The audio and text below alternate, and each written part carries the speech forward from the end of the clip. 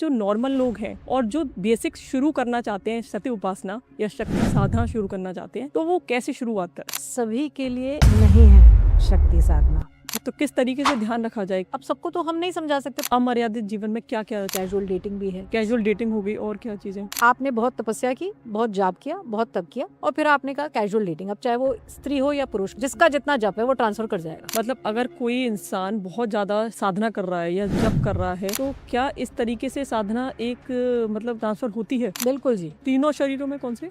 आपका स्थूल, आपका सूक्ष्म, आपका कारण शरीर। कवच पढ़ना इम्पोर्टेंट है या फिर? कवच पढ़ना इसलिए इम्पोर्टेंट है कि आपके समझ लीजिए हर चक्र को भी वो कवच दे देगा। अगर कोई इंसान कवच नहीं कर रहा है देवी उपासना में और डायरेक्ट वो दुर्गा सप्तशती पढ़ने लग जाता है, तो क्या इफेक्ट आएंगे? सीधा सप्तशती तो नहीं पढ़नी चाहिए। अगर किसी को मटेरियल बहुत ज्यादा डिजायर्स हैं, तो देवी उपासना में ऐसा क्या कर सकता है कि उसकी मटेरियल डिजायर्स पूरी हो जाए? देवी अथर्व शीर्ष मंत्र राज, देवी अथर्व शीर्ष। तो शक्ति की जो उपासना है या देवी माँ की उपासना है, किसी भी स्वरूप की अगर वो कर रहा है, तो दिन में ज्यादा इफेक्टिव होती है या रात में ज्यादा इफेक्टिव होती है? वो रात्रि में ज्यादा पावरफुल होता है। तो सात्विक साधना ज्यादा फलदायी है या फिर तांत्रिक साधना ज्यादा फलदायी है? ये एक मिथ है। अब तो शक्ति साधना में किन किन रूल्स को फॉलो करना बहुत इंपॉर्टेंट है? क्या नियम फॉलो करने चाहिए? कि मर्यादित जीवन जीना सभी प्रकार की उपासना के लिए जरूरी है, चाहे आप कोई भी प्रकार के साधक हो। पीरियड्स में साधना करनी चाहिए? देखिए, शक्ति की उपासना तो पीरियड्स में भी कर लेनी चाहिए। पीरियड्स के दौरान अगर कोई लेडी साधना कर रही है और जो नॉर्मल डेज में साधना कर रही है, तमस बढ़ी हुई है, इसलिए तामसी साधना उस समय हो सकती है, मैंने ये बोला। तो आपने भी बहुत सारे चैलेंजेस फेस किए होंगे, तो किस किस तरीके के चैलेंजेस आते हैं? तो जब भी भगवत कृपा होनी होगी ना, डेंटिंग पेंटिंग होगी थोड़ी सी। आपकी लाइफ में कुछ बेटरमेंट होना होता है, वहां से ऊपर उठना होता है। बेटरमेंट अपने आप में एक बहुत बड़ा शब्द है। ऐसा आप भी मानती हैं कि जितने हमारे पुराने वॉरियर्स हैं वो सारे शक्ति उपासक रहे हैं? ऐसा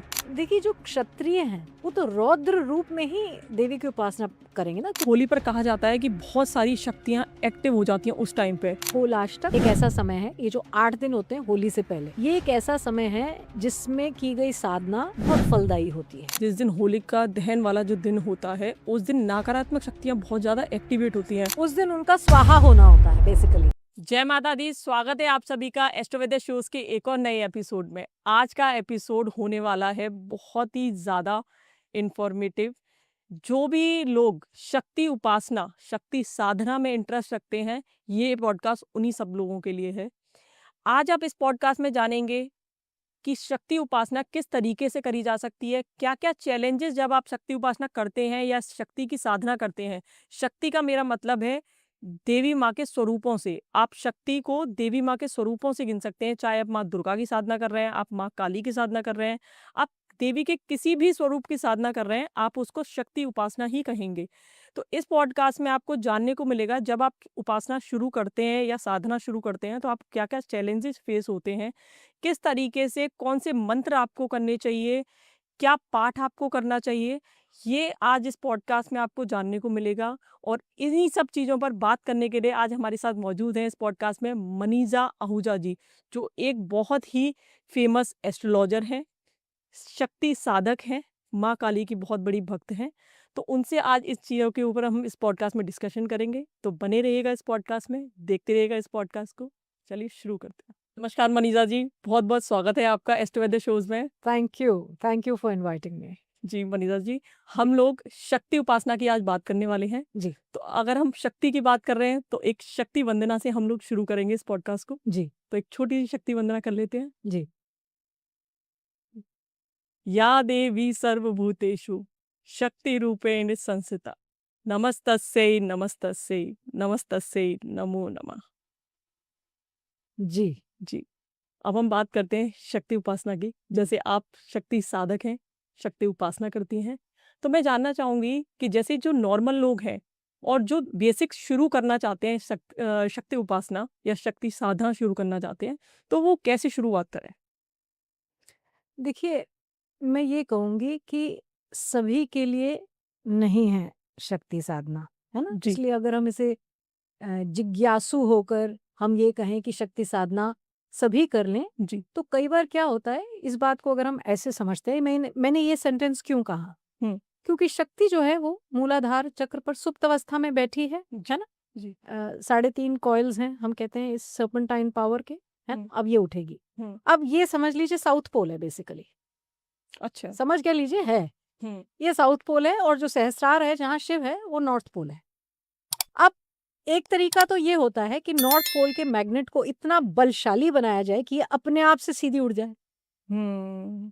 नॉर्थ पोल का मैग्नेट आपका स्ट्रांग नहीं है, यानी कि मर्यादा आप में उठी नहीं, क्योंकि नॉर्थ पोल का मैग्नेट तब स्ट्रांग होगा जब ये सारे नीचे के तत्व जो हैं ये बिल्कुल शुद्धिकरण में है। तो अग्नि इसका बीच का बिल्कुल ऐसा पॉइंट है, वो जो आप देखते हैं ना, जो वो मैं कैसे इसको बताऊं, जो फलक्रम का एक पॉइंट है वो अग्नि का पॉइंट है। इसका मतलब अगर मर्यादा है तो नॉर्थ पोल का मैग्नेट जो है, यानी कि शिव, मैं मैग्नेट वर्ड इस्तेमाल करूं किसी वजह से, क्योंकि इनके बीच में एक मैग्नेटिक पुल है। अब तो अगर ये नॉर्थ पोल का मैग्नेट स्ट्रांग है तो ये सीधी उठेंगी जी। ठीक है, अब आपने ये तो मर्यादा आपने अग्नि चक्र की भंग कर दी है ना, तो ये फलक्रम पॉइंट है अग्नि। ठीक है, इसके बाद जैसे कि पृथ्वी, जल, अग्नि, वायु, आकाश, है ना, ऐसे 5 तत्व हैं। अब इसका जो फलक्रम पॉइंट है, बिल्कुल जो पिवटल पॉइंट है, जिसके खराब होने से ये नीचे वाले भी खराब होंगे और ऊपर वाले तो वैसे ही खराब है, जी, ये अग्नि है। अब ये आप मर्यादा पर नहीं है, अग्नि मर्यादा है, अग्नि सत्य है, ये ध्यान रखिए। जी, मर्यादा खंडित है तो नॉर्थ पोल का मैग्नेट स्ट्रांग नहीं है, तो ये सीधी नहीं उठेगी। अब आपने नॉर्थ पोल को छोड़ दीजिए, यानी कि शिव तत्व को छोड़ दीजिए, आपने कहा कि इसको उठाएंगे तो स्पंदन उठेगा, मगर अगर ये सीधी ना उठी तो ये वोर्टेक्सिस को तोड़ते हुए उठेगी और फिर आपको कोई शारीरिक बीमारी कॉज कर सकती है। जी। तो इसलिए ये लंबी कहानी मैंने इसलिए बताई कि शक्ति उपासना के लिए आपकी तैयारी भी होनी चाहिए, नहीं तो ये तो आप जानते हैं ना, ललिता सहस्त्रनाम में हम कहते हैं रुद्र ग्रंथि विभेदिनी, ब्रह्म ग्रंथि विभेदिनी, ये भेदन कर देगी ग्रंथियों का और विस्फोट करके उठेगी। फिर जब ये विस्फोट करेगी तो ये जो ग्रंथि है ये आप समझ लीजिए ये तो ट्रांसफॉर्मर के बिना ही उठ जाएगी।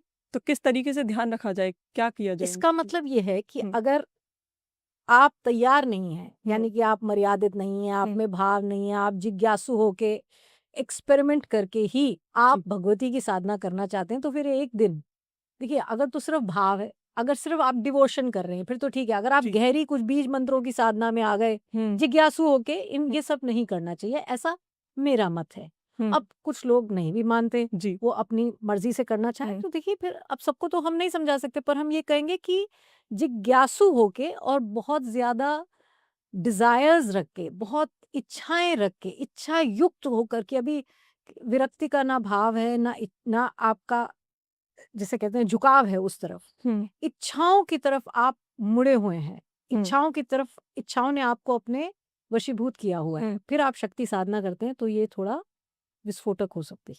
क्या क्या विस्फोटक हो सकते हैं? जैसे कि मैंने बताया कि ये ग्रंथियों को जी, अब देखिए इसमें ये कोई बीमारी भी आ जाती है। मैं एक एग्जाम्पल देती हूँ, और ये एग्जाम्पल जो है ये मैंने कभी पहले शेयर नहीं किया। साल 2000 की बात होगी, 2001 हमारी एक कॉलीग थी, मैं नाम तो नहीं लूंगी, और अब वो नहीं रही जी, मुझसे भी 2 साल छोटी थी, अब वो नहीं रही, कुछ साल पहले वो चली गई, उनको कुछ कोविड के दौरान ही चली गई, बड़ी यंग एज में गई जी। तो जिज्ञासु थी, बहुत ही एक ग्लैमरस लाइफस्टाइल था, और कोई हम मर्यादा, मैं ये कहूँ बहुत मर्यादित जीवन था ऐसा नहीं था, बहुत मर्यादित जीवन बिल्कुल भी नहीं था जी। एक दिन ऐसे ही टीवी में, और ये बात होगी कुछ 2012 या 13 की जी, उनको गए हुए भी कुछ साल हो गए हैं।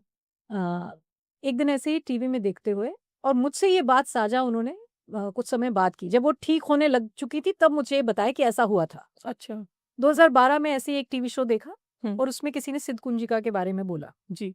अब आजकल आप सुनती हैं बहुत लोग कहते हैं कि सिद्ध कुंजिका तो या सप्तशती के मंत्र तो कीलित हैं, कोई फायदा नहीं करते, कुछ नहीं करते, ऐसा भी कहा जाता है, और ये इस बात में कुछ हद तक सत्य भी है। अच्छा, तो ऐसे ही टीवी में एक दिन उन्होंने देखा तो सिद्ध कुंजिका के बारे में बताया जा रहा था, तो उनके मन में आया कि नवरात्रों में मैं भी कर लेती हूँ ये साथ जी। तो उन्होंने नवरात्रों में पढ़ना शुरू कर दिया 9 बार सिद्ध कुंजिका। नवरात्र निकल गए बिना मतलब कवच किए या बिना और आगे कुछ नहीं, किए। आप देखिए कितने लोग ऐसी सिद्ध कुंजिका करते हैं, हाँ कुछ और नहीं किया, सिर्फ सिद्ध कुंजिका पढ़ी, टीवी में सुना था। अच्छा, टीवी में सुनने के बाद सिद्ध कुंजिका करी। अच्छा, मगर यहाँ पर मैंने एक और बात कहा कि कोई बहुत ज्यादा मर्यादित जीवन नहीं था, है ना? जी। यहाँ पर एक हिंट है इस बात का। तो उसके बाद क्या हुआ कि ऐसा लगने लगा उनको कि उनके जैसे कहते हैं कपाल में नॉकिंग होने लगी, नॉकिंग, बोले छोटी मोटी नॉकिंग नहीं है, और बेल्स पॉल्सी हो गई, मुंह टेढ़ा हो गया थोड़ा। ओहो, नॉकिंग होने लगी। हम्म, अब समझ ना आए कि ये हुआ क्यों है, या सिद्ध कुंजिका पढ़ने से ऐसा क्या हो गया, ऐसा क्या हुआ। तो नॉकिंग होने लग गई, तो बड़े प्रकार के लोगों से पूछा गया कि ये क्यों हो रहा है। जी जी जी। और जब, क्योंकि मुझे खुद ही ये बात उन्होंने बताई, जब वो ये प्रोसेस होने के 2 साल के बाद जब ठीक होने लगी, हमारा वी हैड लॉस्ट टच, अलग अलग कार्य के क्षेत्र हो चुके थे जी। तो 2 साल के बाद मुझे खुद ही मिलके ये बात बताई कि ऐसा हो गया था। और ये कहा कि फिर मैं कभी कभी मंदिर जाया करती थी, तो जब मैं तिलक लगाया करती थी या पंडित मुझे तिलक लगाया करते थे, तो ऐसा लगता था कि नॉकिंग और बढ़ रही है। अच्छा। जैसे मेरे को एक डिस्कम्फर्ट की फीलिंग आती थी उस जी समय। जी तो मैं ये जानती थी कि इसका मतलब इसमें पावर है, इस मंदिर के तिलक में पावर है, कि वो जो भी चीज है जो ऐसे ऐसे कर रही है मुझे अंदर से तंग, वो थोड़ा सा प्रताड़ित होती है। तो कहा कि आज तक जब मैंने मंदिर में तिलक लगाया तो मैंने कभी नहीं सोचा कि इसमें पावर होगी, मगर इसमें वो शक्ति है, क्योंकि जब मैंने बीमार होने के बाद उसे लगाना शुरू किया तो इससे हील होने लगे। मगर उस समय तो हीलिंग तो चलिए बात की बात है, पर क्या होता है जब एक बहुत ज्यादा नेगेटिव एनर्जी क्रिएट होती है, उसमें आप ऐसा कुछ डालते हैं तो वो एकदम से फिर हाँ। मूवमेंट तेज होती है उसकी। तो वो मूवमेंट तेज होती थी। फिर अनेकानेक जगह वो गई और 1.5 साल लगा, और फिर जाके जाने कौन सी, वो कहते हैं ना, इस मर्ज को कौन सी दवा लग गई, जी जी जी। इस मर्ज को फिर कौन सी दवा ने ठीक किया। अनेक अनेक ऐसे लोगों से मिली, मंदिरों में गई, लोगों से तो क्या ही मिली, मंदिरों में गई, बहुत सारी जगहें गई, अमृत पान किया, गंगा स्नान किया, फिर जाके कुछ हद के बाद बात ठीक हुई। और इस पूरे प्रोसेस में 1.5 साल लग गया। उसके बाद कहा, मुझसे जब मिली तो ये कहा कि मैं इतना बीमार हो चुकी थी कि लग, और समझ नहीं आता था, और कोई डॉक्टर, पहले कहा मैं साइकेट्रिस्ट के पास भी गई, जी। पर डॉक्टर्स इस बात को सॉर्ट आउट नहीं कर सके, ना उनको समझ में आया। कि किस अब वजह देखिए से। ये भी इसको एक अलग प्रकार का डॉक्टर ठीक कर सकता है, आप समझ रहे हैं, जी, है ना? समझ रही हो। है ना? जो तो ये फिर तो मेरा आंखों देखा है, ऐसे बड़े ही केसेस होते हैं। हुँ, तो इसलिए इस शक्ति की साधना सबके लिए नहीं होती। अगर आप थोड़ा सा भी आप अमर्यादित जीवन जी रहे हैं, अमर्यादित जीवन में क्या-क्या चीज़ें। देखिए अमर्यादित जीवन में कैजुअल डेटिंग भी है। अच्छा। हाँ, कैजुअल डेटिंग अमर्यादित जीवन में, मैं बड़ी बार कहती हूँ, देखिए इसमें आप गलत मत समझिए, मैं किसी के मॉरल पुलिसिंग नहीं करती, मगर जब भी आप देखिए फिजिकल जो यूनियन है, यूनियन की बात कर रही हूँ अभी मैं, जो यूनियन है उसमें एनर्जी हमेशा हायर सोर्स से लोअर सोर्स पर जाएगी। ये फिजिक्स का रूल है, आप जी। इसको चेंज नहीं कर सकते। आप हाथ मिलाते हैं, इसमें भी एनर्जी का ट्रांसफरेंस है।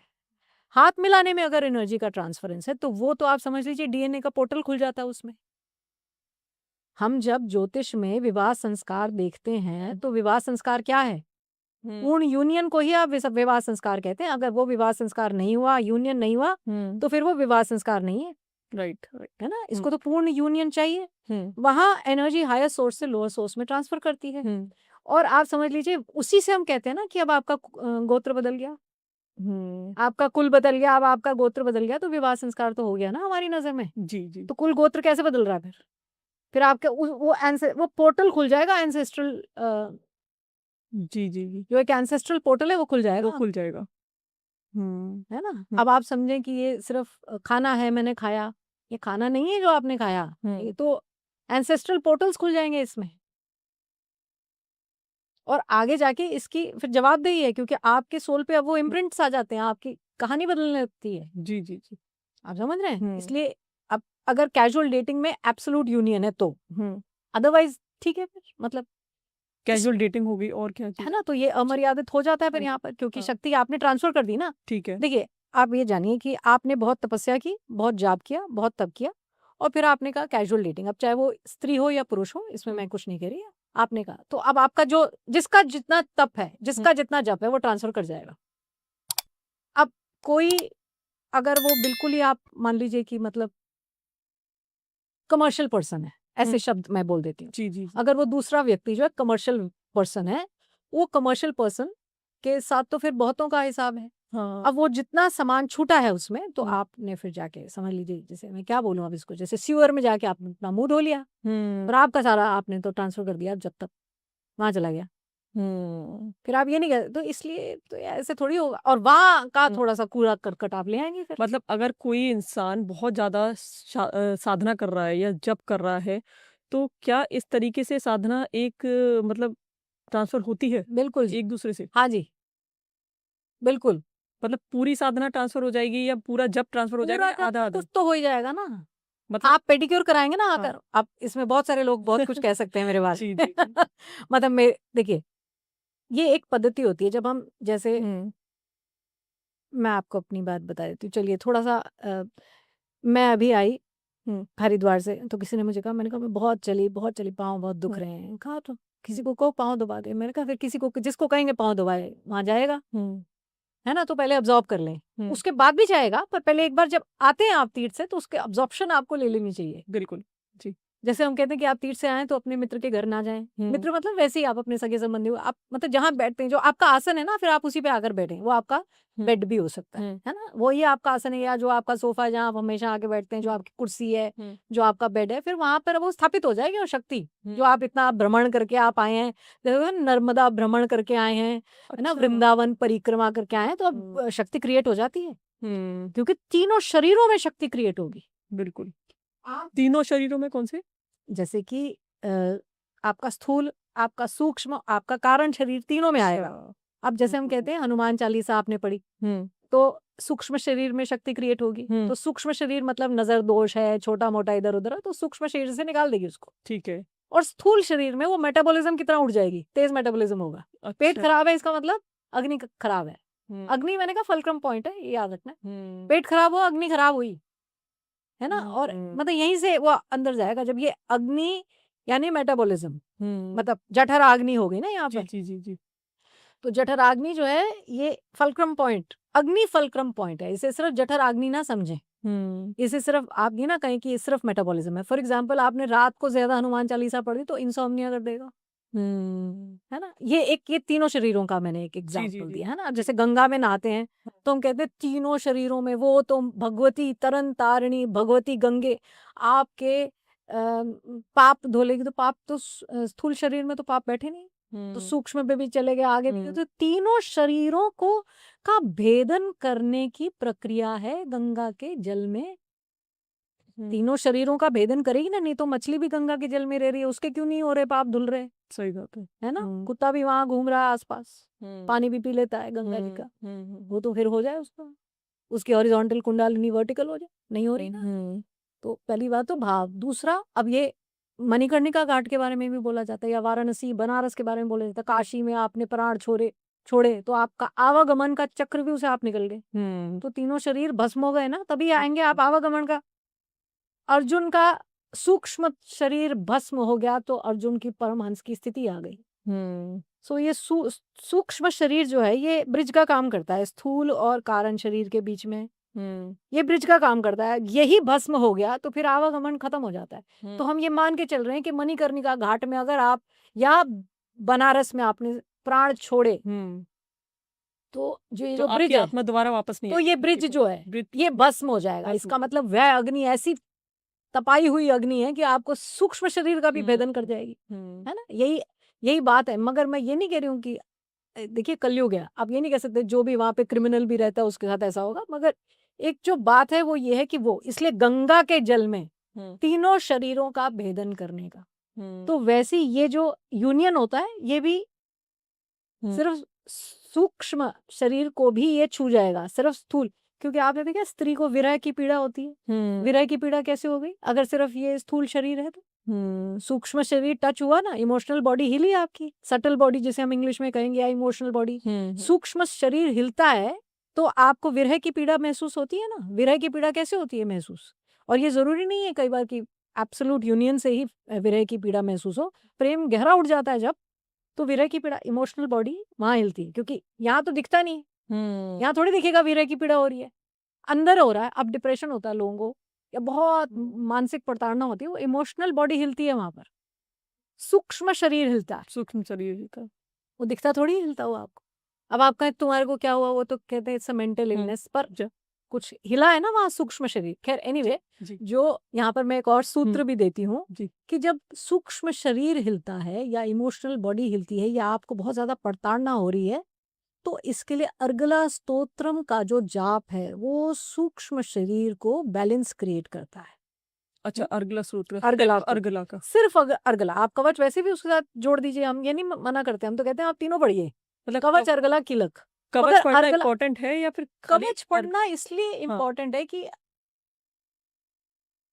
आपके समझ लीजिए हर चक्र को भी वो कवच दे देगा, आपके तीनों शरीरों को कवच दे रहा है, आपके हर चक्र को कवच दे रहा है, आपके तीनों शरीर, आपके पंचकोश को कवच दे रहा है, सिर्फ आपके स्थूल शरीर का कवच नहीं है वो। अगर कोई इंसान कवच नहीं कर रहा है देवी उपासना में और डायरेक्ट वो दुर्गा सप्तशती पढ़ने लग जाता है, तो क्या इफेक्ट आएंगे? मैं ना आपको इसमें दोनों पद्धति बताती हूँ कि जी। अगर सीधा सप्तशती तो नहीं पढ़नी चाहिए, इसका एक शॉर्टकट भी है, अगर जो जी। शॉर्टकट है, मगर ये परंपरागत शॉर्टकट बता रही हूँ, ऐसे नहीं बता रही जी। कि ये मेरे मन में आया और मैंने बताया, जी। है ना। तो जो परंपरागत, अगर आपको इसके, आपके पास बहुत ज्यादा समय नहीं है, आपको इसे शॉर्टकट में करना है जी। या आपको थोड़े समय में इसको करना है, तो आप करेंगे कवच अर्गला कीलक। बस। पहले नहीं, आगे सुनिए जी। कवच अर्गला कीलक, फिर आप करेंगे 3 रहस्य, प्राकृतिक, वैकृतिक और मूर्ति रहस्य। रहस्य ये हैं आगे।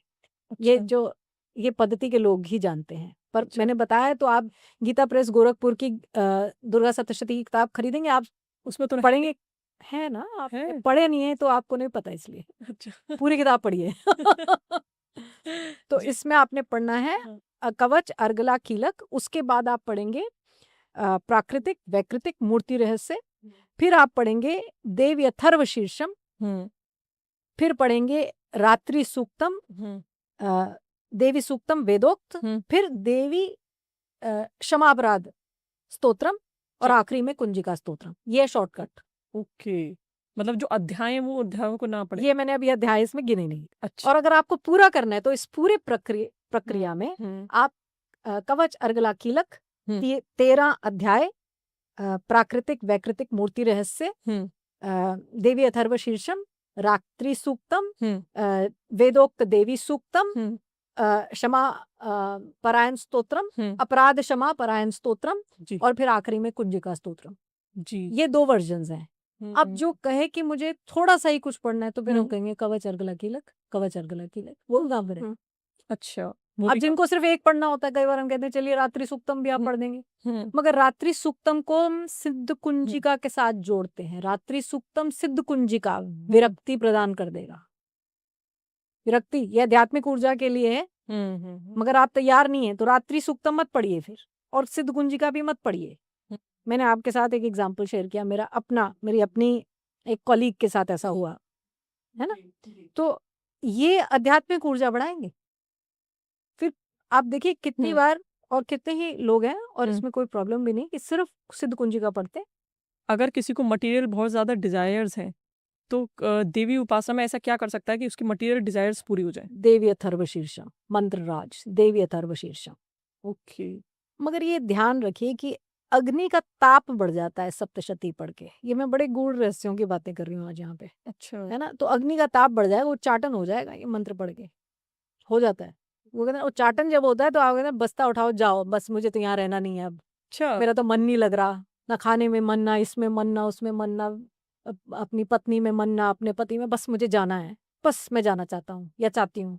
ये हो जाता है जब ज्यादा मंत्र उपासना, जब बहुत ज्यादा आप तैयार नहीं है, कई बार ये तैयार व्यक्ति को भी कर देता है। तो जब ऐसा होता है तो देवी सूक्तम का जाप करना है, वो आपको नॉर्मलाइज कर देगा, उच्चाटन बिठा देगा। अच्छा, तो वो आपकी मटेरियल डिजायर्स जो है उनको पूरी करेगा पहले? नहीं तो मटेरियल डिजायर्स की जो बात हुई, हमने कहा देवी अथर्व शीर्ष मंत्र राज, बस उतना पढ़ लिया आपने, ठीक है। अर्गला स्तोत्रम मैंने आपको इमोशनल बॉडी के लिए कहा, मगर अर्गला स्तोत्रम भी धन वैभव प्रदान करता है, ये जान लीजिए, ठीक है।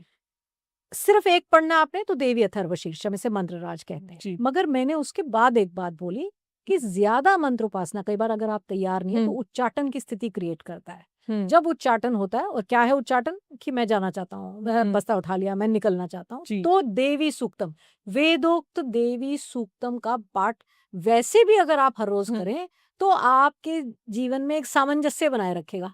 अच्छा। और उससे भी ऐसा नहीं कि मंत्र जो मटेरियल डिजायर है सिर्फ अथर्व शीर्षम पढ़ने से होंगे, आप देवी सूक्तम भी पढ़ते रहिए, देखिए आपको उससे भी यश समृद्धि मिलेगा। मगर ये जो वो कहते हैं ना गंगा जल का छिड़काव है, हम्म एकदम से अग्नि की लपटें उड़ेंगी तो गंगा जल का छिड़काव है देवी सूक्तम, तो अच्छा इसलिए उच्चाटन को बिठाएगा। बिठाए ये मैंने एक जनरल पॉइंट बताया, जो सुन रहे हैं उनको जी जी जी रहे कि भाई तो शक्ति की जो उपासना है या देवी माँ की उपासना है किसी भी स्वरूप की अगर वो कर रहा है तो दिन में ज्यादा इफेक्टिव होती है या रात में ज्यादा इफेक्टिव होती है? देखिए, अब क्या है कि जो साउथ पोल है ना वो रात्रि में ज्यादा पावरफुल होता है। रात्रि में जब शिवत्व जो है वो बैठा हुआ है और शक्ति का तत्व वो क्रियाशील होता है। रात्रि में शक्ति का तत्व जी जो है वो क्रियाशील है, क्रियामान है शक्ति, है जी ना? तो इसलिए जो दैवी साधना है वो रात्रि में ही की जाती है ना? अब 2 समय मिलने पर भी हम कहते हैं जब 2 समय मिलते हैं तो हम कहते हैं कि स्वर जो है वो सुषुम्ना में से उठ जाता है ना? ईड़ा पिंगला में से चलता हुआ स्वर जब दोनों समय मिलते हैं तब वो सुषुम्ना में उठ जाता है। अब जो पुरानी परंपरा है तो जो ब्राह्मण है वो अपनी उपासना गायत्री उपासना करते हैं जब 2 समय मिलते हैं तो, है ना? त्रिकाल गायत्री करने का भी विधान है। तो जब 2 समय मिल रहे हैं आप वैसे भी उस समय साधना ही करें, है ना? हम ये भी कहते हैं, मगर देवी साधना रात्रि ज्यादा प्रचलित है, हम ये कहें। टाइमिंग कितने बजे के बाद? ये टाइमिंग का भी बड़ा हिसाब है कि आप चाहते क्या है उसमें, अच्छा है ना? आप चाहते क्या, हाँ ये मतलब आपकी डिजायर क्या है? हाँ, पर ये अच्छा। फिर बहुत ज्यादा वो मैं कहती हूँ कि जो डिजर्विंग नहीं होता ना उसको ये सारी बातें अगर हम खोल के बता दें। अब रुद्रायमाल तंत्र में शिव शक्ति को कहते हैं कि ये जो बातें हैं ये गुप्त हैं, जैसे योनि गुप्त है वैसे ये प्रक्रिया ये गुप्त है, मगर आज तो सब प्रचलित कर रहे हैं। बिल्कुल जी है? जी आज तो सब कुछ प्रचलित हो रहा है। तो जो नहीं डिजर्विंग है जब वो इस गुप्त चीज को जानेगा और करने की कोशिश करेगा तो तैयारी तो है नहीं, तो नुकसान अपना कराएंगे फिर लोग। इसलिए ज्यादा इसमें नहीं पढ़ना चाहिए। आप जिसको जो साधना की आपका ट्रेडिशनल साधना की बना हुआ है ना जो हिसाब, वो आप वैसे करें। मनीषा जी आप ये बताइए जैसे कोई माँ की साधना कर रहा है तो सात्विक साधना ज्यादा फलदायी है या फिर तांत्रिक साधना ज्यादा फलदायी है? ये बड़ा अब ये एक मिथ है। अब इस शब्द का ही बड़ा, अब मैं क्या कहूँ, इसका बड़ा ही जिसे कहते हैं ना लोगों ने इसकी अंडरस्टैंडिंग ही कुछ और कर दी। अब जैसे हम कहते हैं स्वतंत्र, स्वतंत्र यानी कि आपका, तंत्र यानी कि आपका सिस्टम। जी तंत्र बेसिकली सिस्टम है। आप एम्स में जाएंगे तो बड़ा बड़ा लिखा हुआ है तंत्रिका विभाग, आपको पता है नर्वस सिस्टम। अच्छा तंत्र सिस्टम, जी तंत्र मीन्स सिस्टम।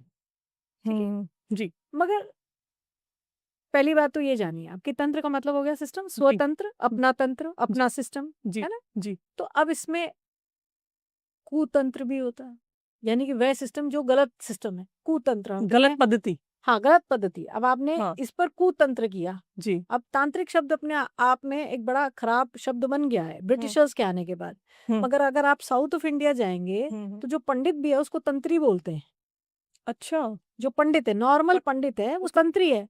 हम गए तंत्री के पास, तंत्री ने कहा ये मंदिर जो है इस प्रकार से वास्तु में ये ऐसा नहीं होगा, ये पूजा ऐसी नहीं होगी, तंत्री ने कहा। यानी कि वो सिस्टम को जो जानता है, उपासना के सिस्टम को जो जानता है, तंत्री।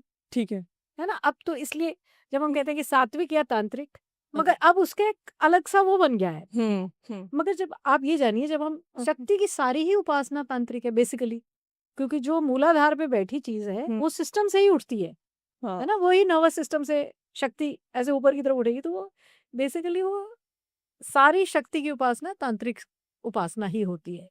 अब जब आप महाकाल जाते हैं और हम कहते हैं कि कॉप्स यानी कि मुर्दे की भस्म से भस्म आरती होती है, तो जो अघोर हम कहते हैं जय शिव शंकर, है ना? हम महाकाल जाते हैं, है ना? तो आप जानते हैं अब ऐसा नहीं है, मगर एक जमाने में तो जो होती भस्म थी, आरती बिल्कुल, थी जो वो फ्रेश फ्रेश, कॉप्स यानी कि मुर्दे की भस्म से ही आरती होती थी। तो वो सबसे बड़े अघोरी माने गए। जी, सबसे ही बड़े शिव जी। तो सबसे ही बड़े अघोरी हुए ना, जी जो स्मशान में बैठे हैं, बिल्कुल है ना? तो हम जानते हैं, तो फिर वो तो तांत्रिक साधना हो गई, है ना?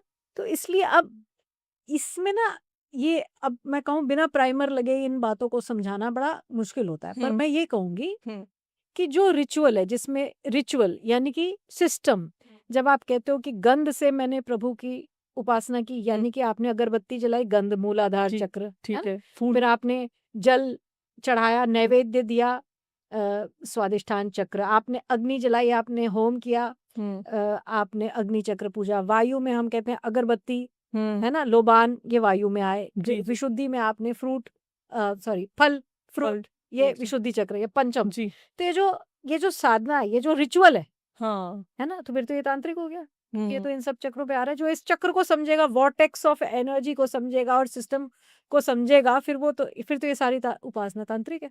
जिसमें हम कहते हैं ये वाले काली सरसों नहीं, पीली सरसों, ये वाला सिंदूर नहीं, वो वाला सिंदूर, है ना। जहां आपने ये सिस्टम बनाया पद्धति का, वो अब तांत्रिक कहते हैं हो ना कि गई। आप हनुमान जी पे हाँ। ऑरेंज सिंदूर क्यों, क्योंकि उसकी डेंसिटी ज्यादा तेज है।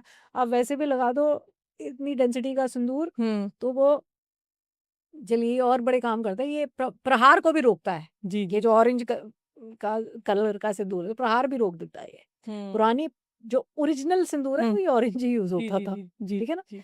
तो इसलिए जो सिस्टम है ये पद्धति का, फिर तो ये सारे ही तांत्रिक हो गया। आपने कहा कि ये चढ़ाना है, दूध चढ़ाएंगे, पंचामृत चढ़ाएंगे, ये हर एक चीज उस पे काम करेगा।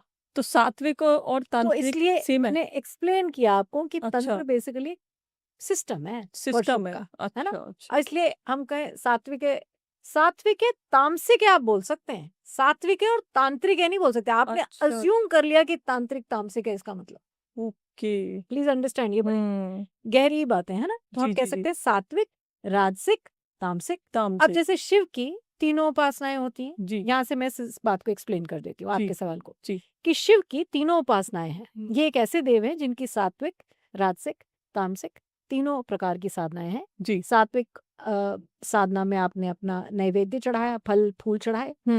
राजसिक साधना में आप भांग धतूरा जी। चढ़ाया आपने। हम्म। और तामसिक साधना में फिर आपने अल्कोहल भी चढ़ता है, अल्कोहल भी क्योंकि चढ़ती। शिव तो स्वयं बहरे, जी, जी, है ना, जी। तो अल्कोहल भी चढ़ेगा, अल्कोहल भी है चढ़ेगा, ना। भस्म भी चढ़ेगी। हाँ, मुर्दे की भस्म मुर्दे चढ़ रही है, तो जी, फिर आप समझ गए। तो फिर महाकाल क्या तामसिक हुए? ही होगी। महाकाल क्या हुए फिर? बहुत बड़ी तांत्रिक। नहीं, मैं आप समझ गए, मतलब मैं सर जी, जी, जी, जी, तो जी। इसलिए हाँ। मैं नहीं कहती कि सही क्या है, इसमें सही और गलत कुछ नहीं होता। हम्म। अगर आप कहेंगे सात्विक सही है, तामसिक गलत है, तो फिर आप शिव के सारे वो जो हाँ। साउथ पोल की जो साधना है ना, सदर्न पॉइंट की जो साधना है, जो मूलाधार की साधना है, उसको आप गलत साबित कर दें। गलत कुछ भी नहीं है, पर्सपेक्टिव है। एक ऐसे है, एक ऐसे है। किसी को ये भाता है, किसी को ये भाता है। जी। सही गलत अगर आप करते रहेंगे, ये नीचा है, वो ऊंचा है, ऐसा कुछ भी नहीं। अब अगर आप कहें नॉर्थ पोल बहुत अच्छा, साउथ पोल बहुत खराब है, तो पर्सपेक्टिव। पॉजिटिव करंट अच्छा है, नेगेटिव करंट खराब है। नेगेटिव करंट साउथ पोल पे है, मूलाधार चक्र पे, पॉजिटिव करंट नॉर्थ पोल पे है, सहस्त्र चक्र पे। इसमें सही और गलत क्या है? ये दोनों तो एक दूसरे के पूरक है। पूरक है। तो ये साधनाएं भी एक दूसरे की पूरक हैं। अगर प्रलय में शिव को तामसिक होना पड़ेगा, नहीं तो प्रलय नहीं होगा। सृजन दोबारा कैसे होगा जब तक प्रलय नहीं होगा? जब तक तमस नहीं आएगी तो सत्वगुण कैसे उठेगा?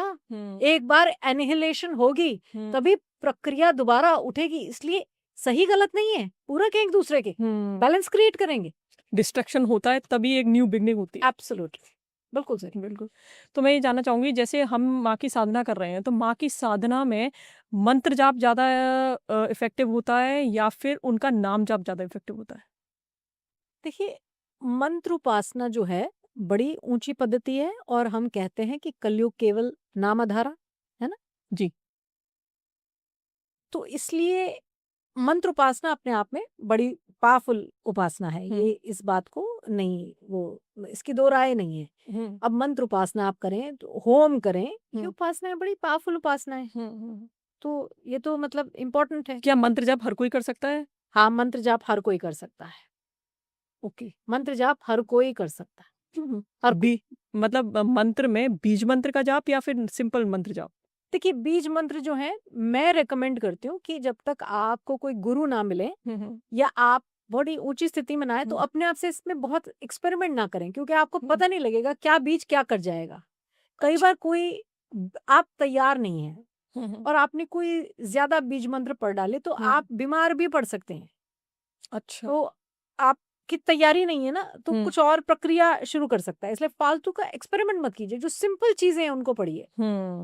है ना? आपको सिंपल, आप दुर्गा चालीसा भी पढ़ेंगे ना, मैं आपको एक बात बता दूँ, आप जी ऐसे तो नहीं तो सारे संस्कृत के जो विज्ञानी हैं या ज्ञानी हैं, वो सब एनलाइटनमेंट प्राप्त कर लेते। ऐसा नहीं है, भगवती ये नहीं कह रही कि आपको संस्कृत नहीं आती, आप मुझे नहीं बच सकते, वो तो ये नहीं कह रही है। सही बात।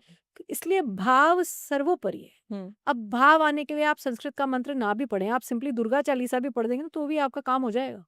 आपको अगली पद्धति पे जाना होगा ना, आपके चित्त की शुद्धि के लिए संस्कृत वो नहीं है कि संस्कृत नहीं आती, आपके चित्त की शुद्धि नहीं हो सकती, ऐसा नहीं है। भाव समझना इम्पोर्टेंट है। हाँ, और मन की शुद्धि, हाँ। सत्य पे रहना, ये पे- इम्पोर्टेंट है। ईर्ष्या, द्वेष, इन चीजों से बचना जरूरी है।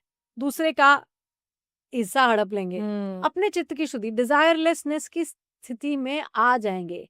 ऐसा सत्य सामने आएगा कि विरक्ति की स्थिति उत्पन्न हो जाएगी। जी। अब उसमें हम ये विरक्ति की स्थिति उत्पन्न हो जाएगी तो आपको कण-कण में ईश्वर दिखेगा, आपको पता लगेगा वही सर्वोपरि है, ये तो सिर्फ उसकी माया ये तो सिर्फ माया है। ये जब समझ आने लग जाएगा तो फिर अब आप क्या पढ़ेंगे और क्या नहीं पढ़ेंगे, वो तो स्थिति, चित्त की स्थिति ऊंची हो जाएगी।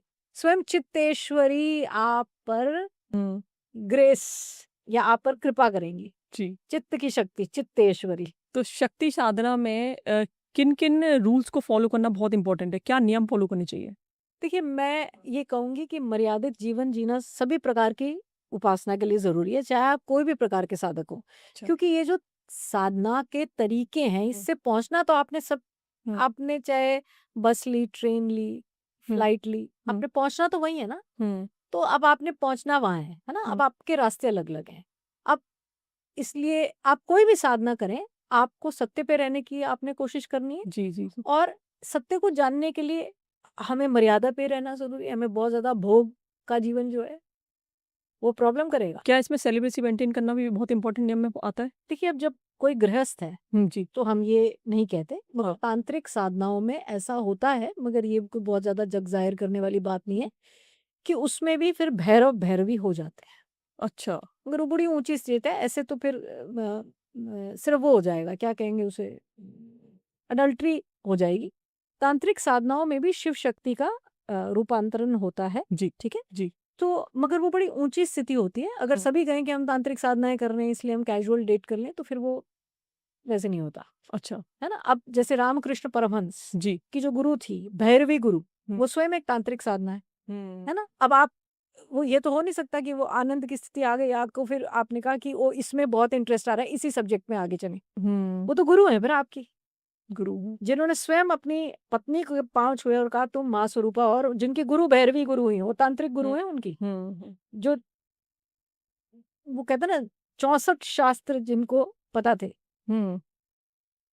या जो सिस्टम्स थे वो जानती थी, भैरवी गुरु बोला जाता है। उसके बाद तोतापुरी महाराज, उनके जो अद्वैत, मगर भैरवी गुरु रामकृष्ण परमहंस की गुरु, रामकृष्ण परमहंस की गुरु भैरवी थी। तो अब आप समझ रहे हैं वो तांत्रिक उपासनाओं का माने वो क्या लेवल है। उसमें दोनों तरफ सिद्धि प्राप्त हो रही, मगर वो स्थिति क्या है। इसलिए उसको आजकल क्या है कि समझ नहीं है इन चीजों की, मगर आप बिना समझे कर रहे हैं। हाँ, इसलिए अभी सिलेबसी इंपॉर्टेंट है जब तक वो स्थिति ना है। अब ज्यादा मतलब हाँ, ज्यादा भटके नहीं, ज्यादा भटके नहीं। मतलब मैं ये कहूंगी, देखिए अब ना वो वाला सिस्टम नहीं रहा पहले। अब एक होता है विवाह ना करना क्योंकि आप साधक है, एक होता है विवाह ना करना क्योंकि आपको कोई मिला नहीं। ऐसा भी मैंने देखा है, आजकल बहुत लेडीज आती हैं, वो कहते हैं जी कोई मिला ही नहीं, हम क्या करते, हम तो करना चाहते थे। सही बात है। तो अब इस केस में अब हम क्या कहें, अब समाज है, दुनिया है, और भाग्य भी है। इसलिए मैं बहुत ज्यादा इसमें, जिसको जैसा जीना है वो जिए, पर मैं ये कहूंगी कि अपने रिश्तों में सत्य पे रहिए। आपका जो भी रिश्ता है उस पर आप सत्य में रहें, क्योंकि सत्य पर हैं तो, अगर सत्य पर होंगे तो विवाह वैसे भी हो जाता है जी, है ना। अगर आप सिर्फ व्यभिचार ना करें वो बेहतर होगा, मैं इसको ऐसे बोल देती हूँ जी, वो बेहतर होगा। तो जैसे फीमेल्स जो भी साधना कर रही हैं, तो उनको पीरियड्स में साधना करनी चाहिए? देखिए, शक्ति की उपासना तो पीरियड्स में भी कर लेनी चाहिए। वो कैसे जी। क्योंकि शक्ति तो अपान वायु पे ही शक्ति है, क्योंकि मूलाधार की तरफ जाती है शक्ति। जब पीरियड्स होते हैं तो स्त्री जो है वो शक्तिशाली होती है। अच्छा। हाँ, मगर हम ये कहेंगे कि आप हाथ ना लगाएं पूजा की, हम्म। क्योंकि वहां पर आप पूजा के स्थान पर हाथ ना लगाएं। अभी मैं ये नहीं मंत्र कह जाप रही, कर सकते हैं? आप शक्ति की उपासना कर सकते हैं जब आपको पीरियड्स हैं। अच्छा। आप मंत्र कर सकते हैं, मैं नहीं कह रही हूँ आप अग्नि पाठ की कर सकते उपासना, आप हनुमान चालीसा पढ़ने लगे, हम नहीं कहेंगे, हाँ जी। है ना? हाँ। मगर आप शक्ति की उपासना, आप दुर्गा चालीसा पढ़ सकते हैं, आप शक्ति की उपासना कर सकते हैं। आप जो लेडीज को हम कह रहे हैं, आप बहुत ज्यादा, अब जैसे आपके घर में पुरुष भी हैं, आप अपना खाना उनको खिलाएंगी तो फिर वो अपान वायु उसमें भी तेज हो जाएगी। तो इसलिए हम इसलिए कहते हैं कि किचन में मत जाइए। अपान वायु का खाना, फिर वो व्यक्ति जिसको आपने अपने हाथ का खाना खिलाया, जब आपको अपान वायु तेज उठी हुई है, तो फिर वो मंदिर में वो व्यक्ति, जो वो पुरुष है या वो स्त्री है, वो फिर वो भी नहीं हाथ लगाता। आप खाना खिला के आप कहे मैंने तो हाथ नहीं लगाया, पर मैंने इनको खाना खिला दिया, वो one and the same thing है। अच्छा। हाँ जी। तो इसके क्या-क्या फ़ायदे हैं अगर कोई लेडीज़ कर रही है पीरियड में अपनी पूजा साधना, अपनी तो क्या पूजा करते रहे, आप शक्ति की उपासना कर सकते हैं पीरियड्स में। क्या उसको फ़ायदे मिलेंगे किसके? उस समय वो ज्यादा पावरफुल सिस्टम होता है। मतलब सिस्टम शक्ति की उपासना के लिए ज्यादा पावरफुल है जब लेडी को पीरियड्स है। मगर मैंने आपको ये कहा कि आप किसको खाना खिलाएं, ये वो दूसरा सिस्टम आ जाएगा। फिर आप खाना बना के ना खिलाएं फिर क्योंकि फिर वो लोग जो रेगुलर, देखिए जो प्राण वायु, जब हम ऊर्ध्वामुखी प्राण वायु की जो पूजा है, वो अधोमुखी प्राण वायु वाला आदमी उस व्यक्ति को खाना नहीं खिला सकता जो ऊर्ध्वामुखी प्राण वायु की पूजा करता है, ये या जो ऊर्ध्वामुखी ऊर्ध्वामुखी जो ऊपर की तरफ, अच्छा, नॉर्थ पोल की तरफ जो जा रहा अच्छा। है ना? हुँ, तो ये तो शक्ति की साधना आप कर लें, मगर मैंने कहा मंदिर में हाथ-वाथ ना लगाएँ जाना है, जाके, क्योंकि हाथ वहाँ तो हम रखना। शुद्धि बन, जहाँ शुद्धि, अब एक्चुअली शुद्धि, अशुद्धि जो है ना, ये स्पेक्ट्रम के 2 पॉइंट्स हैं, इसमें सही और गलत नहीं है। ऐसे तो जो पीरियड्स हो रहा होगा तो अशुद्ध है, अशुद्ध है, अशुद्ध है, मगर वो स्त्री जो है वो पावरफुल होती है, उस टाइम में वो शक्ति साधना कर सकती है। अच्छा। तमस बढ़ी हुई है उसके हाँ शरीर जी, हाँ में। जी, हाँ जी। जिसके शरीर में तमस बढ़ी हुई है वो तामसिक साधना कर सकता है, सिंपल पॉइंट ये है। और शक्ति की साधना कहीं तामसिक साधना ही है, ये गहरे पॉइंट्स हैं। जी, जी, जी। इसलिए जो सात्विक साधना कर रहा है, आप यानी कि जो मंदिर जा रहा है, प्राणवायु ऊर्ध्वामुखी उठी है, आप उसको खाना खिलाएंगे, उस चीज में हाथ लगाएंगे, फिर वो स्पेक्ट्रम बदलेगा, वो नहीं करिएगा। हुँ। समझ गया आप? जी, जी, जी। हाँ। क्या जैसे उस दौरान पीरियड्स के दौरान अगर कोई लेडी साधना कर रही है और जो नॉर्मल डेज़ में साधना कर रही है, तो क्या उसकी मतलब एकदम तेज़ी से उसका तमस बढ़ी त हुई है, इसलिए तामसी साधना उस समय हो सकती है, मैंने ये बोला। और तामसिक साधना शक्ति हो की सकती है? उपासना कहीं तामसिक ही है, क्योंकि साउथ पोल की साधना जो है, आपने देखा नवरात्रों में, ये एक दिन में समझ आने वाली बातें नहीं है। नहीं, जैसे होता है, क्या उसके चक्रास उस टाइम पे जल्दी लिफ्ट होंगे बिल्कुल गलत, ऐसा? ये कहीं और जा रही हैं फिर आप। अच्छा, चक्र लिफ्ट तो हो ही नहीं सकते। अच्छा। चक्र लिफ्ट मतलब ऊर्ध्वामुखी, यहाँ पर पावर अधोमुखी हो रखी है। नहीं होंगी कुछ। ये एक दिन में नहीं समझ आने वाला टॉपिक नहीं है अ, कि हम एक पॉडकास्ट में सबको समझा देंगे। कि आप इसको सुने, जी, फिर इसका मनन करें बाद में। अब जी। जैसे आप देखें, हुँ, दुर्गा पूजा जब होती है, हुँ। तो कलकत्ता में सब लोग मीट खा रहे हैं, और यहाँ हाँ। पर आप कहते हैं नवरात्रों में ना, ना, ना। जी, जी, जी। तो वो इसका मतलब गलत है ना? वो मूलाधार पे शक्ति बैठी हुई है, तामसिक उपासना हो रही है उस समय शक्ति की। और मैंने कहा सही और गलत नहीं है, that is correct in that system. हुँ। आप समझ रहे हैं? यहाँ पर आप कह रहे हैं प्याज लहसुन मत खाइए नवरात्र में, हुँ, वहां पर मीट खाया जा रहा है। हुँ। इसलिए मैंने कहा शुद्धि अशुद्धि, अशुद्धि, ये एक ही स्पेक्ट्रम के 2 हिस्से हैं। वहां तो मीट आप ऑफर कर रहे हैं, भगवती को बलि लग हुँ। रही है तो नवरात्रों वो में, तामसिक पूजा में वो आ गई। तामसिक है। और यहाँ पर तामसिक को गलत नजर से मत देखिए, हुँ। क्योंकि अगर देवताओं ने, यहाँ पर मैं इस बात को फाइनली आपको एक लाइन में बताती हूँ, देवताओं ने कहा माँ हम तो असुरों को नहीं मार सकते, हुँ। तुम्हें ही आना पड़ेगा। देवी स्तुति करते हैं, वो देवी आती है, सब देवता पकड़ाते हैं, इंद्र अपना सामान देते हैं, बाकी देवता अपना सामान देते हैं। क्यों देखते हैं, क्यों दे रहे हैं? वो खुद क्यों नहीं जाके लड़ लेते हुँ, असुरों से? हुँ, क्यों? हुँ, क्योंकि आसुरी जो वो है पावर, वो हुँ, तामसी है। हुँ, देवता तो नीचे उतर नहीं सकते, हुँ, मूलाधार पे शक्ति जाएगी, दुर्गा जी जाएंगी महिषासुर का वध करने, हुँ। हम नहीं जाएंगे। कालिका जाएगी रक्त दंतिका बन के, हम नहीं जा सकते, क्योंकि जा ही नहीं सकते। मूलाधार पे देवी को प्रलय के लिए, वध करने के लिए तामसी होना ही पड़ेगा, वो तामसी हो जाएगी, इसलिए हम उसको पावर देते हैं। इसलिए काली की जहाँ विशुद्ध पूजा होगी, हुँ, वहां वो स्थान पर बलि लग जाएगी। हुँ, इसलिए जैसा कि मैंने कहा, प्राइमर चाहिए, एक हुँ, दिन में ये बातें नहीं समझ में आती, मगर हुँ, जो मैं कह रही हूँ उसका मनन करें, उसको एक लाइन में समझ के एक ही लाइन पे कहें कि खारिज। जो भी मैंने कहा है, ये बड़ा, ये ये वही बता सकता है जिसकी अपनी साधनाएं रही हों, जिसकी बड़ी परंपरागत साधनाएं रही हों, ये वही जी। बता सकता है। ये साधारण व्यक्ति बता नहीं सकता, क्योंकि बाकी ऐसी बातें जो आपको मिथ्यावाद देती हैं जी। कि नहीं ऐसा नहीं है तो ऐसा गलत होगा, ऐसा नहीं है तो ऐसा गलत होगा। इसलिए अभी जो समझ में आता है उसे समझें, जो बाकी इसका मनन करें। और सबको तो एकदम से सत्य से वो नहीं हो जाएगा कि आज रूबरू हो गए, वो नहीं होगा, समय लगता है। जी। इसलिए जितना समझ में आया, अभी प्राइमर नहीं लगा, जो समझ में आ रहा है उसे समझें, मगर इससे एक कंक्लूजन पे मत आ जाइए जब तक, क्योंकि सत्य उस स्थिति में आने में समय लगता है। जी। जी। अभी समझें, इसे रूमिनेट करें, कहते हैं ना, जैसे गाय अपने शी चूज द कड, सोचती है उसको, दोबारा जी। रूमिनेट करती है ना। इसलिए सोचने का है, समझने का है, एकदम से कंक्लूजन पे नहीं आने का जी। है। क्योंकि ये एक दिन में अगर सबको समझ में आ जाए, फिर तो जग ज्ञानी हो जाए, सही तो नहीं होगा अभी। सही बात है। हाँ, जैसे आप शक्ति साधना करती हैं, उपासना करती हैं, तो आपने भी बहुत सारे चैलेंजेस फेस किए होंगे, तो हम्म। किस-किस तरीके के चैलेंजेस आते हैं इस दौरान? ये सवाल मुझसे आज तक किसी ने नहीं पूछा, और मुझे खुशी हुई आपने ये सवाल पूछा। जी। देखिए, मैं ये मानती हूँ, और ये मेरा अपना पर्सनल एक्सपीरियंस जी। कि वो अगर अपने तरफ आपको बुलाती है, हुँ, या देव आपको, या हुँ, भगवत कृपा जब भी होती हुँ, है ना, हमारे लिए तो काली ही कृष्ण जी। है ना। ये एक ही पहलू के, माने एक सिक्के के दो पहलू हैं, काली हुँ, और कृष्ण, ये जी। जान लीजिए। जी, जी, जी। ठीक है, अब आप कहेंगे कृष्ण का स्वभाव तो ऐसा, काली तो वैसा, पर आप जानिए इस बात को। अब जी। जब भी, और मैं यहाँ पर ये नहीं कह रही हूँ कि माँ ही आपको बुला, आपको जब भी भगवत कृपा होनी होगी ना, डेंटिंग पेंटिंग होगी, थोड़ी सी अच्छा, डेंटिंग होगी, किस तरीके से ट्रेंडिंग होती आपको तोड़ेगी वो। जब तक वो आपको तोड़ेगी नहीं, आप विरक्त होंगे, आपका भाव उसकी तरफ मुड़ेगा नहीं। आप सोचें, आप पूर्णतया संपन्न हैं, हुँ, सब कुछ अच्छा चल रहा है, हुँ, और आपको विरक्ति उड़ जाएगी ना, वो कहीं तोड़ेगी आपको, धोखा दिलाएगी, अच्छा। मन तोड़वाएगी, किसी बात से आपको खिन्न होगा मन। वो हुँ, तब तक आप उसकी तरफ मुड़ेंगे नहीं, और फिर ये प्रोसेस है। अगर आप सोचें कि ये कई लोग बहुत इस चीज में आमदा है, हम ईश्वर, तो आप ये जानिए, भगवती या ईश्वर जो है, आपको माया से विमुख करने के लिए बलि ले लेगा। हुँ, अब वो बलि का मतलब ये नहीं कि एक्चुअल कोई फिजिकली कटता है, ठीक है, कई बार ऐसा भी होता है कि इमोशंस आपके कटते हैं कहीं न कहीं। नहीं, कई बार वो सचमुच में आपकी इमोशन कटने का वजह बनेगा ना, कोई मेजर ट्रेजेडी आ जाएगी, हुँ, कोई मेजर ट्रेजेडी आ जाएगी, आप विमुख हो जाए, आप कहीं कुछ नहीं रखा इसमें। आप हुँ, अल्टीमेटली तो आपने ये माँग रहे हैं आप उससे, माँ मुझे विमुख कर, क्योंकि अगर आप उसको ज़्यादा कहेंगे, मेरे को पहुँचना है, वो कहेगी आवागमन बंद कर देती हूँ तेरा।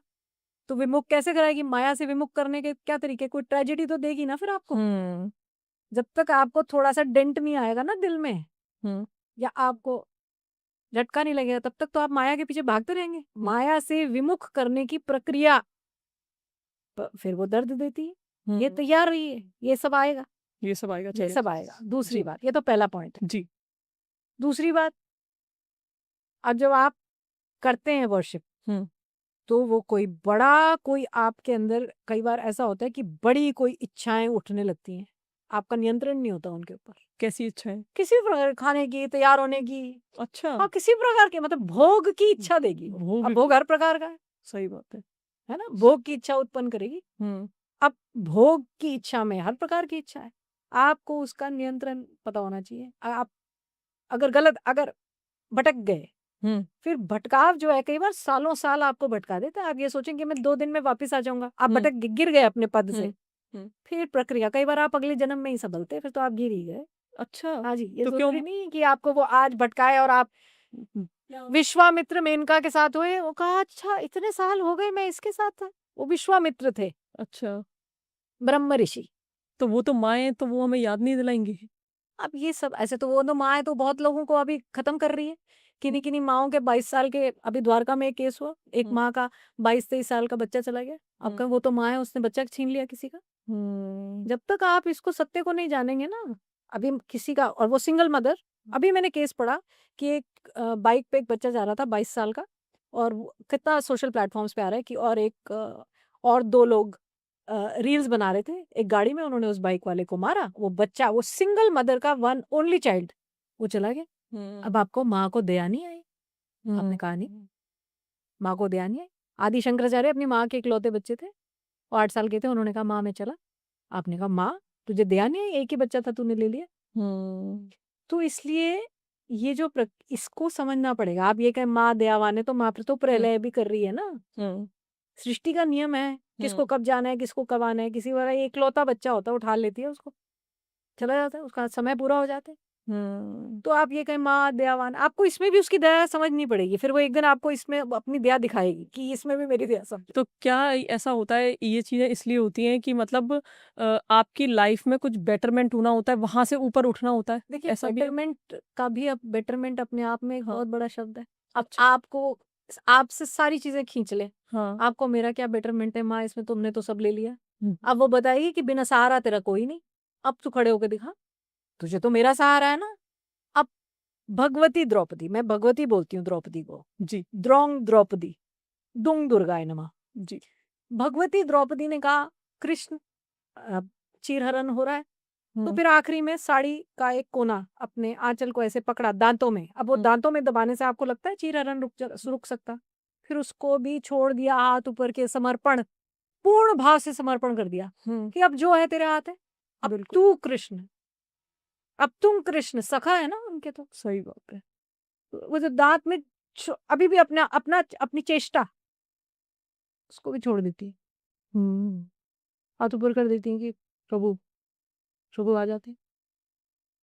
सही बात। तो कई बार भगवत कृपा डेंटिंग पेंटिंग से होती है, ध्यान रखना पड़ेगा। भगवत कृपा हाँ। हमेशा सोना चांदी से नहीं होती है कि सोना चांदी आ जाएगा आपके पास, ये आ जाएगा, क्योंकि कहीं तो सबके ही राहु केतु मंगल शनि बैठे हैं ना, तो वो लाएंगे थोड़ा सा। और मृत्यु लोक का जीवन, मृत्यु लोक का जीवन दुखालय है ये।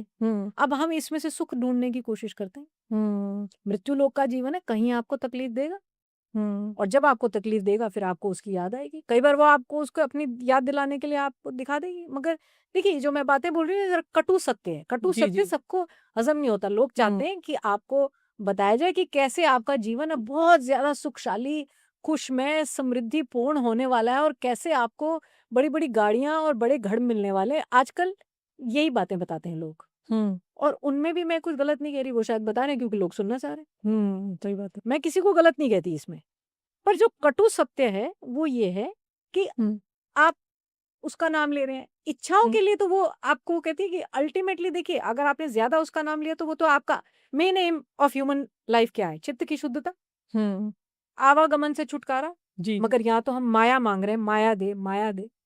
मतलब ऐसा, वैसे मैंने ऐसा पैटर्न देखा है कि बहुत सारे जितने भी हमारे पुराने वॉरियर्स रहे हैं, जैसे छत्रपति शिवाजी महाराज हो गए, और भी इसी टाइप के जो तुलजा भवानी उनकी हाँ जी कुलदेवी। जी, तो वो सारे शक्ति उपासक रहे हैं। और मुझे ऐसा लगता है कि मतलब शक्ति की एंट्री या मात की एंट्री आपके जीवन में तब होती है जब आपको एकदम से कुछ बड़ी सक्सेस मिल रही होती है, या एक ट्रांसफॉर्मेशन पॉइंट जब आना हो तो माँ की एंट्री होती है। जी। ये बात सही कही आपने। तो मतलब ऐसा आप भी मानती हैं कि जितने भी हमारे पुराने वॉरियर्स हैं वो सारे शक्ति उपासक रहे हैं? जो ऐसा क्षत्रिय हैं जी, वो तो रौद्र रूप में ही देवी की उपासना करेंगे ना, क्योंकि शक्ति संपन्न है क्षत्रिय। तो शक्ति संपन्न है क्षत्रिय, तभी तो युद्ध में लड़ेगा। और युद्ध में लड़ा हुआ क्षत्रिय जब वीर गति को प्राप्त होता है तो स्वयं रणचंडिका स्वर्ग के द्वार खोलती है। ये आप जानिए कि वीर गति को प्राप्त हुआ बैटलफील्ड पे गया सोल्जर स्वर्ग को प्राप्त करता है, क्योंकि उसने प्राणों की आहुति मातृभूमि के लिए दी। स्वर्ग के द्वार स्वयं रणचंडिका खोलती है। तो इसलिए वो तो शक्ति संपन्न, क्षत्रिय तो शक्ति संपन्न होगा ही, क्योंकि उसका तो युद्ध में तो रौद्र देवी को वर्शिप करना ही पड़ेगा। इसीलिए ऐसा भी देखा गया है कि मतलब जितने भी हमारे सोल्जर्स हैं जो लड़ते हैं हमारे देश के लिए, सबसे पहले उनको शक्ति की मतलब वहाँ पे पूजा करी जाती है, उसके बाद वो लड़ने जाते हैं। हाँ, भैरव की उपासना, जी शक्ति उपासना। अब तो आपने देखा भैरव बटालियन जी रिपब्लिक डे पर चली है इस बार। जी जी जी जी। एक और क्वेश्चन यहाँ पे मैं दूंगी जी, कि माँ हमारी परीक्षा किस तरीके से लेती हैं? देखिए, आपको प्रलोभन दे सकती हैं, आपको अपने रास्ते से भटका सकती हैं।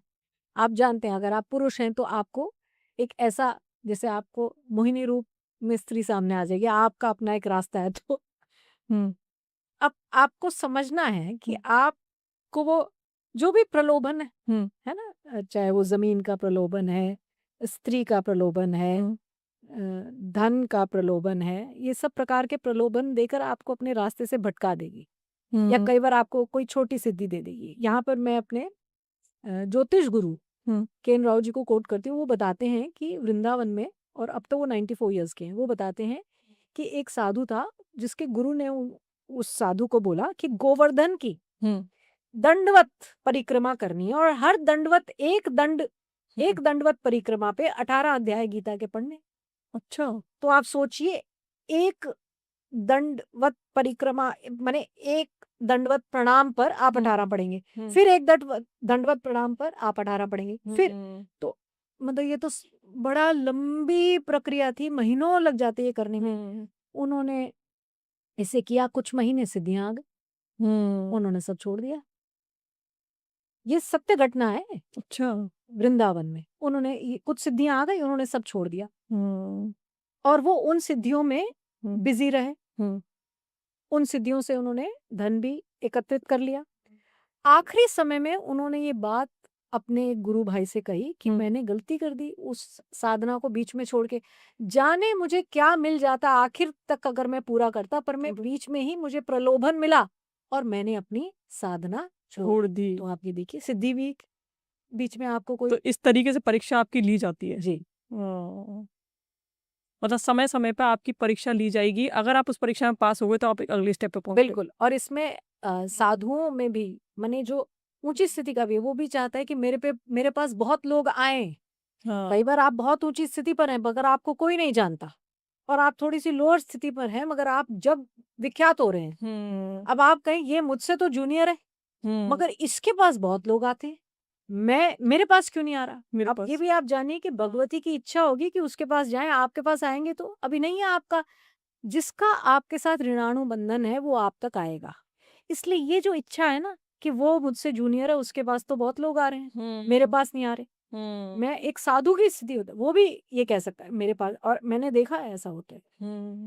तो ये भी आपको बांधेगी, ये भी तो डिजायर आ गई ना कि मेरे पास क्यों नहीं आ रहा। अब आपने उस पे छोड़ दिया, जो आए ठीक, जो ना आए वो भी ठीक। सही बात। जो मिल जाए ठीक, जो ना मिले वो भी ठीक। बिल्कुल।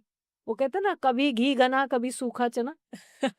दोनों में एक्सेप्टेंस करनी पड़ेगी आपको। वो आपको रंग दिखाएगी। आप ये मत सोचिए आसान रास्ते नहीं है। मतलब आप टिके रहिए, समर्पण बिल्कुल दृढ़ समर्पण पर रहिए जी। आप समर्पण पर रहिए, बाकी वो अपने आप देखिए कि उसको भी पता है ना कि जीवन व्यापन करने के लिए धन चाहिए। बिल्कुल सच बात है ना, उसको भी पता है तो वो देखेगी। समर्पण कर दीजिए, पूर्ण समर्पण। मनीषा जी, जैसे अभी होली आ रही है जी, और होली पर कहा जाता है कि बहुत सारी शक्तियां एक्टिव हो जाती हैं उस टाइम पे, और कोई माँ की साधना करना चाहता है उस टाइम पे और उन शक्तियों को प्राप्त करना चाहता है, तो कैसे कर सकता है? जी जी देखिए, होलाष्टक जी एक ऐसा समय है, ये जो 8 दिन होते हैं होली से पहले जी, ये एक ऐसा समय है जिसमें की गई साधना बहुत फलदायी होती है। इस समय और दशहरे से दीपावली के बीच का जो समय है, इन दोनों समय में नरसिम्ही शक्ति एक्टिवेटेड होती है। नरसिम्ही शक्ति इसमें एक्टिवेटेड है। दशहरे से दीपावली और ये होली से 8 दिन पहले होलिका अष्टक। जी, ये जो होलाष्टक का जो 8 दिन का पीरियड है, इसमें नरसिम्ही शक्ति एक्टिव होती है जी।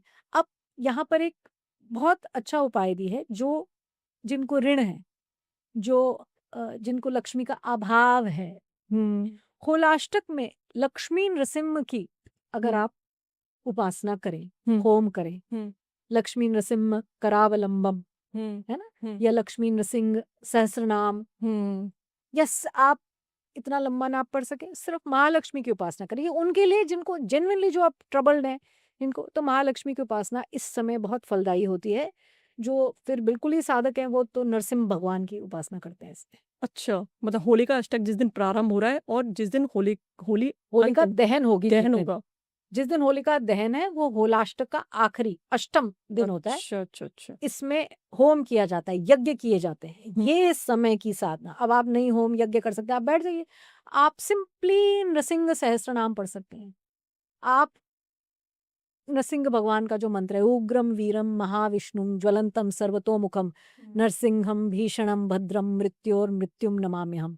अब शक्ति जो है वो अग्नि चक्र की तरफ ऊर्ध्वामुखी होगी ये करने से। अब आप कहे, पर मैंने जैसे एक बताया कि जो इसको महालक्ष्मी और नरसिंह, लक्ष्मी नरसिंह भी पढ़ा जा सकता है इसमें। मतलब आपके पास लक्ष्मी भी इससे अट्रैक्ट होगी और आपके पास कर्जे हैं वो भी खत्म हो कर्ज, अब जो जेन्युइनली परेशान है व्यक्ति, हाँ वो जी। कहता है जी मेरे को बहुत ऋण है, हाँ या मेरे को बहुत से मेरे ऊपर जिम्मेदारियां हैं जिम्मेदारी है। और अभी मेरे पास धन उतना एकत्रित नहीं हो जी रहा, जी। मैं थोड़ा लॉसेस में चल रहा हूँ, तो हम उसको इस समय में अच्छा लक्ष्मी नरसिंह की उपासना कराते हैं। अगर लक्ष्मी नरसिंह ना कर सके, सिंपली महालक्ष्मी अष्टकम कनकधारा स्तोत्रम, अच्छा वो करे।